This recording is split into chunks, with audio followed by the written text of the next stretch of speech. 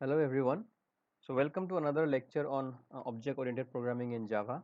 Okay, so this video is a continuation of our inheritance in Java series, and here we will see an example of hierarchical inheritance. Okay, and also we'll try to understand the concept of method overriding in Java. Okay, so let's start. Yeah.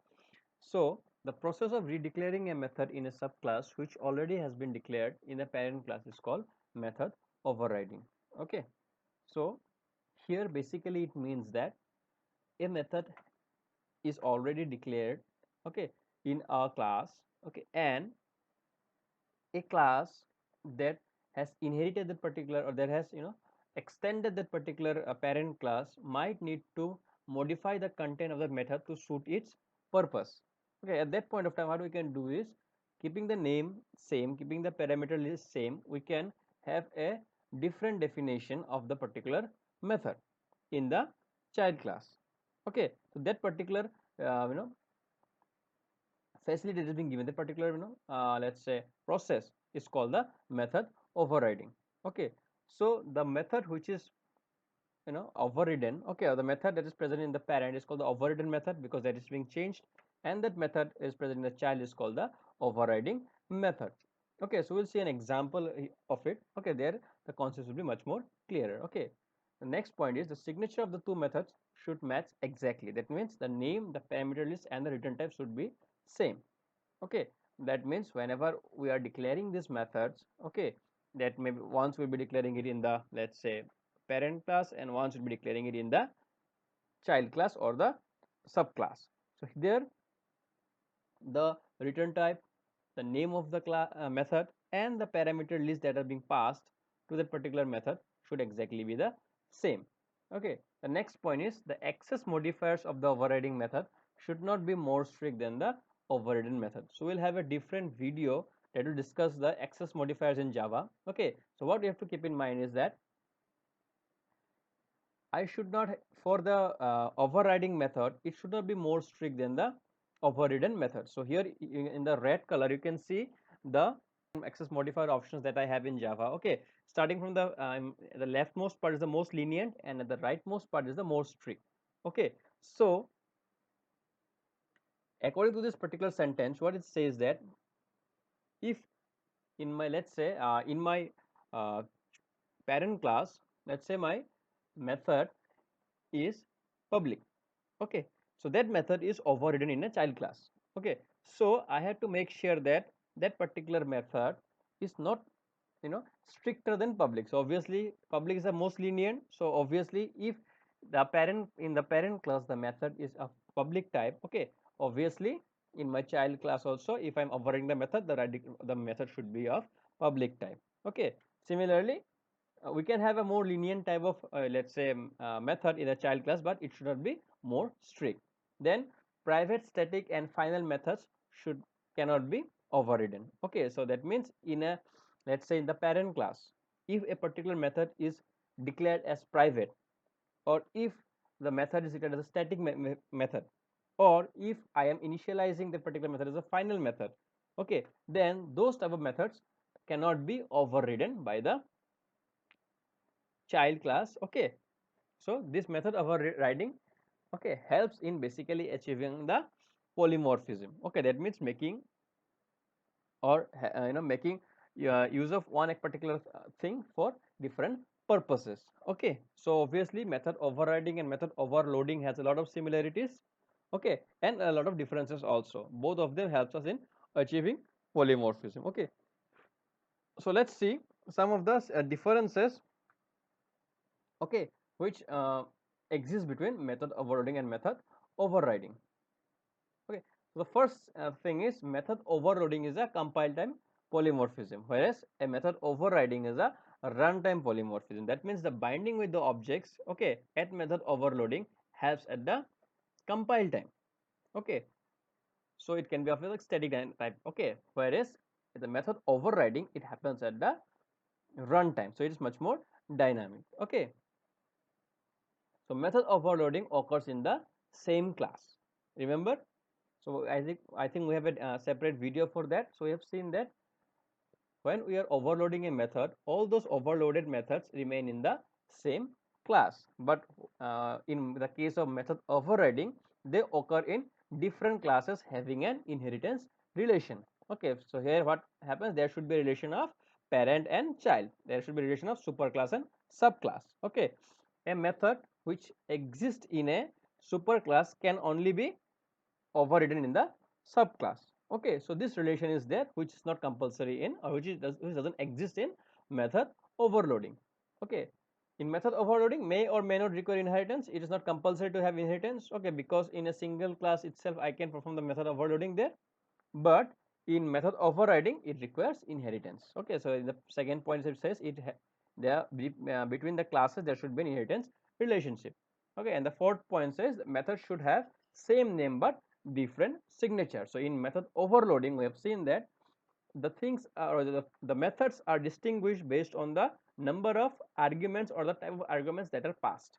Correct, so the signature is different in method overloading, where but the name of the method remains the same, whereas in case of method overriding the name as well as the signature remains exactly same. Okay, so these are some of the differences which basically are there between method overloading and method overriding. Okay, and I encourage you all to find other differences as well, but at the end of the day both these techniques helps us in achieving polymorphism in Java. Okay, so now let's take a look at a very simple example. Okay, so we'll just do a hands-on, okay, demonstrate an example which I think which help us in clearing the concepts. Okay, so let's go to the demonstration.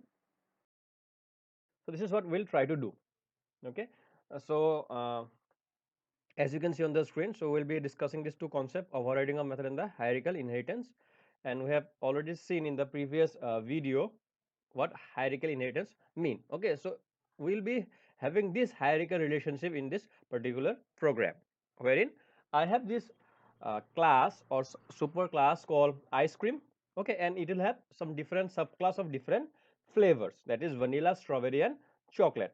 So obviously since it's a subclass, so vanilla is nothing but a type of ice cream with a different flavor. So it's a vanilla ice cream, then we have the strawberry ice cream, and we have the chocolate ice cream. Okay, now what I'll do is I have these two methods, or let's say these two properties of each ice cream. Okay, first is how to serve the ice cream, and secondly the flavor. So obviously how do we serve the ice cream, is it should be served cold, correct? And then we have different flavors. Okay, so what we'll see is that for each ice cream, vanilla, strawberry and chocolate, how to serve remains the same. What changes is the flavor. Okay, so in this particular example this flavor would be overridden. Okay, let's say for a general ice cream we have something called the plain flavor. Okay, so we won't be mentioning any particular flavor, just it will mention as plain. Okay, but as we go to the specializes, special flavors, this particular flavor would change to vanilla or strawberry or chocolate. So we'll try to you know model this particular map in this program. Okay, so let's start. So let's start with, so our super class would be the ice cream. Okay, so let's just comment it and say it's the super class. Okay, and then say class ice cream. Okay, and what we'll have here, let's say I have a method call. Okay, so it won't return anything, it says how to serve. Okay, no parameters, and a simple print statement.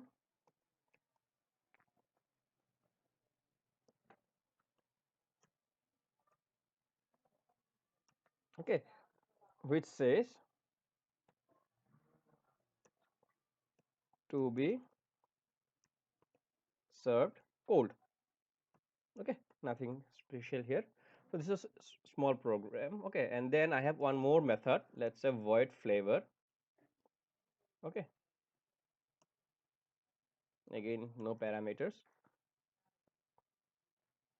and it, let's say, again display a simple uh,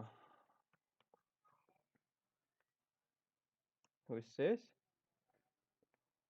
plain flavored. Okay, so now let's have a method which will display the stats for the for each of the ice cream. So let's give this as void get states. Okay, and inside this I'll just call these two methods. So it would be, first would be obviously this dot, let's say flavor.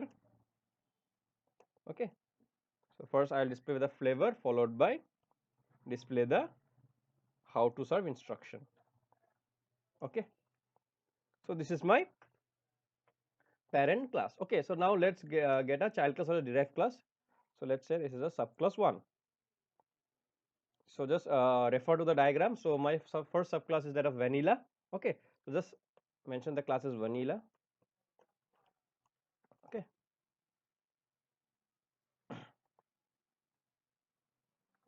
so now since here you can see my how to serve would remain the same, so I don't need to mention, or I don't need to write the how to serve function again. Okay, and here since it is a child of ice cream, so what I have to do is I have to extend. Okay, I have to extend the ice cream class. So once I do that, what happens, all the methods that are there in the ice cream would be available in vanilla as well.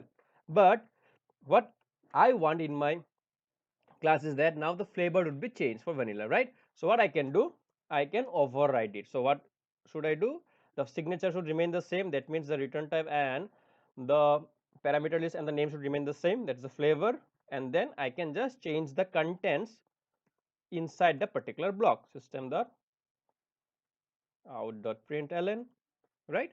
And what should be inside it, it should be vanilla flavored. Okay, and nothing else I have to change, the other things remains the same. Okay, so we can do that for the other two subclasses also. So just to save the time, just let's copy paste it. Okay, so this is the first class, then this is the second subclass. Just let me do 2, and this would be, let's say strawberry. So I have to change it to strawberry. Okay, and similarly one more subclass, let's say this is 3, this should be chocolate, correct, choc chocolate. Okay, and then this should be chocolate.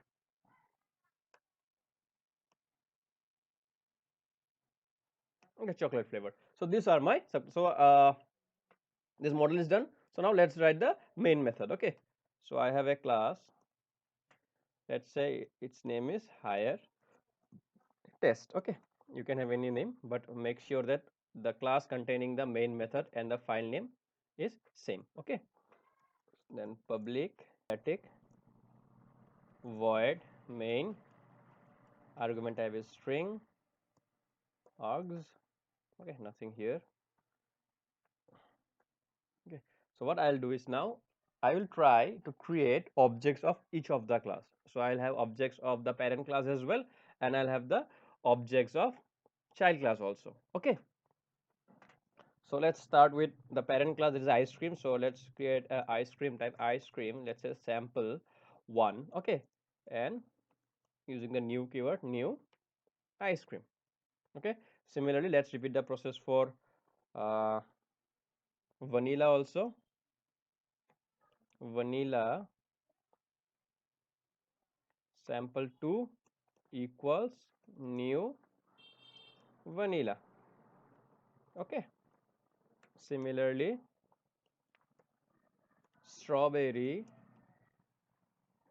let's say sample 3 equals new strawberry, and chocolate sample 4 equals new chocolate. Okay, so now I have this 4 objects is representing one type of ice cream. Okay, so now let's try to print or see the stats of each of the ice cream. Okay, so obviously how I can do that, so just I have to use the get stats method. Okay, sorry, yeah, so let's say the get stats method. Okay, similarly for all the other uh, do the same. Okay.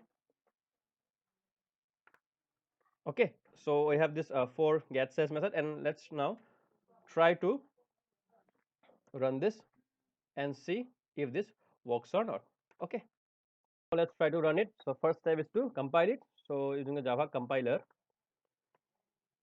Java, my program name is Hierarchical Java, no error, Java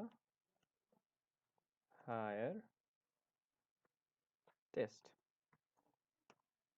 Yeah, so it says plain. Okay, so I think there is a bit confusing thing in there. So let's edit a program and let's give a demarcating line. This would make the things easier. So what I'll do is just in this void state I'll give a print statement.